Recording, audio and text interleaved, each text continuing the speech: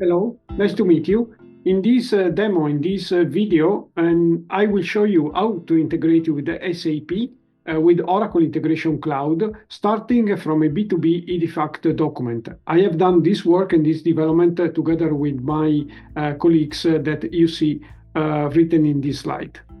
First of all, we have to present our safe harbor statement. Then we can go to the context. We are using Oracle Integration Cloud and specifically the capabilities of Oracle Integration Cloud to connect with applications, to do the orchestration, and also to use the embedded capabilities to integrate with the trading partners. And we will use some of the features of the B2B framework.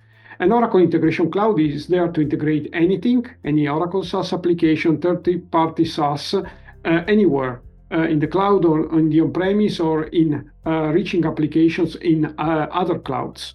And okay, so let's see now which is the use case we will present.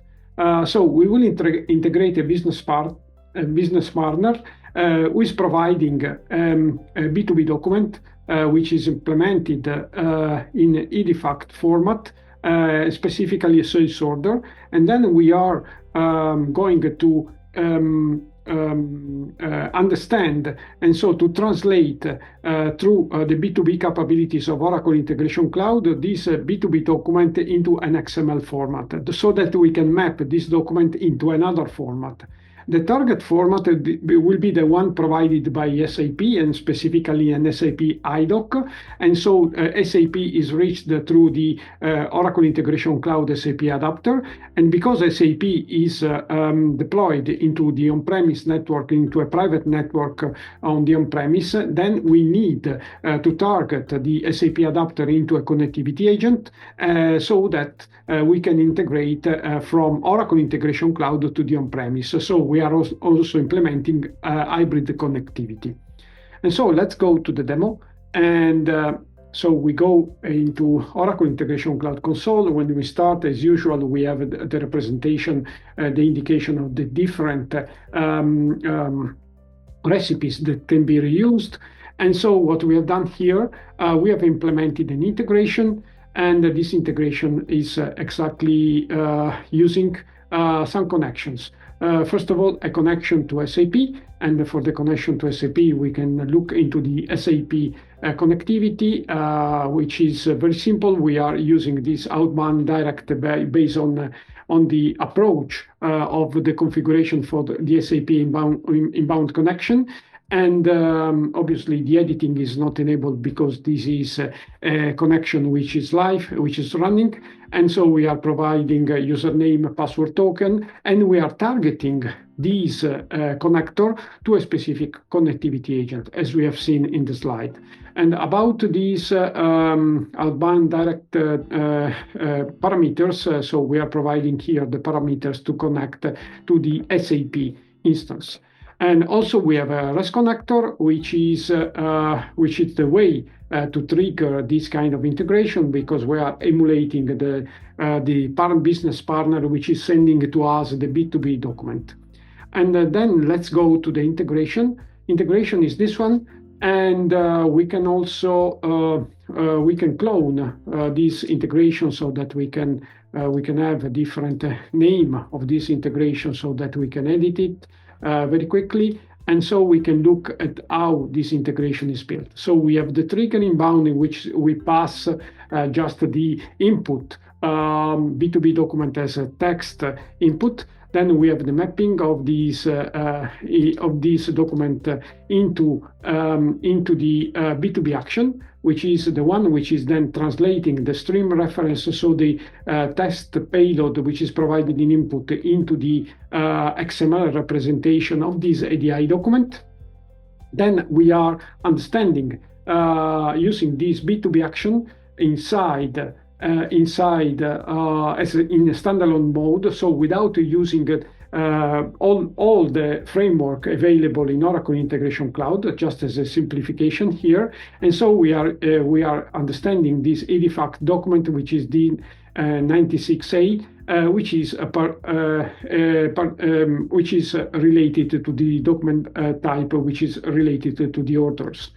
And then we are mapping these B2B document into the specific SAP order. In example, here we have the call to SAP.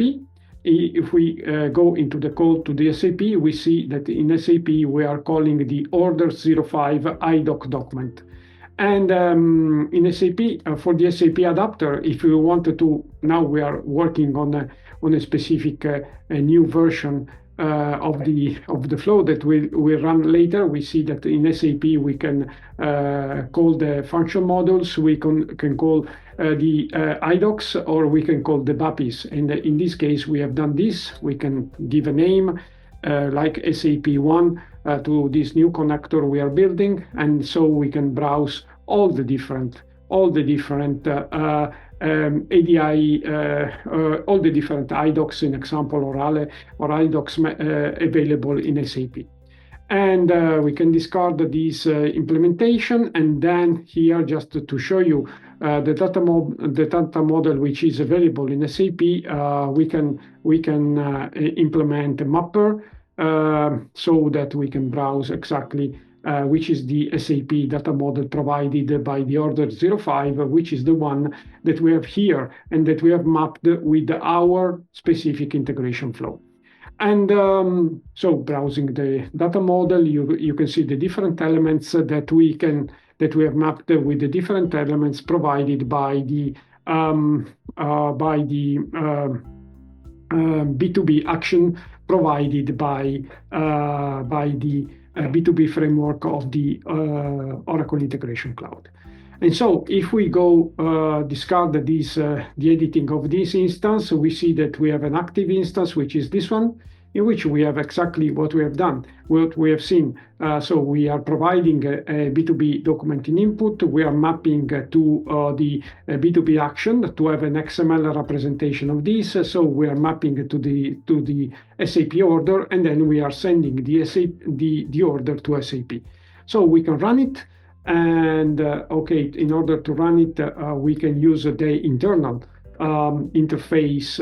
So test client provided by OIC. We can provide a body. In order to do it, we have already a body which is available here, like this one, which is exactly the Edifact document that we have seen before on the B2B action, and that we are mapping into XML to be ready for the transformation to SAP, and we can run it. So whenever we run it, okay, we are having this result. And if we go here on the observability, we can see on the observability for integration that we have received this integration, and this is running, and so is exactly working on has worked in the interaction with the SAP. So this is exactly what we wanted to show you, and that's all, and thank you for watching this video.